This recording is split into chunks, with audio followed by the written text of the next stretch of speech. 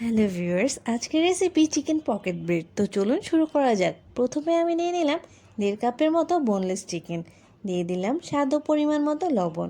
এবার দিলাম হাফ চামচের মতো আদা বাটা ও হাফ চামচ রসুন বাটা, 1 চামচ লাল মরিচের গুঁড়া, হাফ চামচ জিরার গুঁড়া, হাফ চামচ ধনিয়ার গুঁড়া, হাফ চামচ গোলমরিচের গুঁড়া।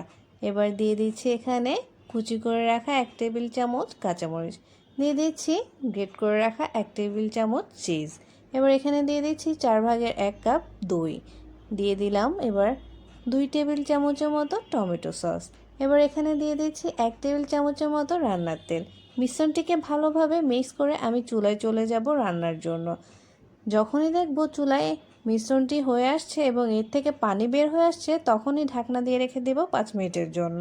5 মিনিট পর এসে দেখব যখন এটার পানিটা শুকিয়ে এসেছে এবং মাংস সিদ্ধ হয়েছে, তখনই বুঝবো পুরো রেডি হয়ে গেছে। তারপর আমি এখানে চলে যাব পাউরুটি। দুটো পাউরুটি স্লাইস নিয়ে এটাকে আমি গোল শেপে করে চেপে কেটে নিলাম। এবার এভাবে অনেকগুলো করে নিব। এবার এটাকে আমি একটা ডিমের মধ্যে চুবিয়ে নিচ্ছি। চুবিয়ে আমি আবার এটাকে দিয়ে দিচ্ছি ব্রেড ক্রাম্বসের ভিতরে। ব্রেড ক্রাম্বসের মধ্যে ভালোভাবে এপিট ওপিট লাগিয়ে নিয়ে চলে যাচ্ছি তেলে। এবার এটাকে ডিপ ফ্রাই করতে হবে চুলায় হাই হিটে। সবগুলো এভাবে আমি ভেজে নিচ্ছি। এপাশ ওপাশ ভেজে নিলে দেখব যে যখনই এগুলো ফুলে উঠেছে, তখনই বুঝবো যে আমাদের পকেটটা রেডি হয়ে গেছে। তো আমি চুলা থেকে নামিয়ে নিয়েছি। এবার আমি এটাকে মাঝখান থেকে কেটে এর ভিতরে পুর, মেয়োনেজ ও লেটুস দিয়ে দেখিয়ে দিচ্ছি। তো এই হচ্ছে আজকে আমার রেসিপি।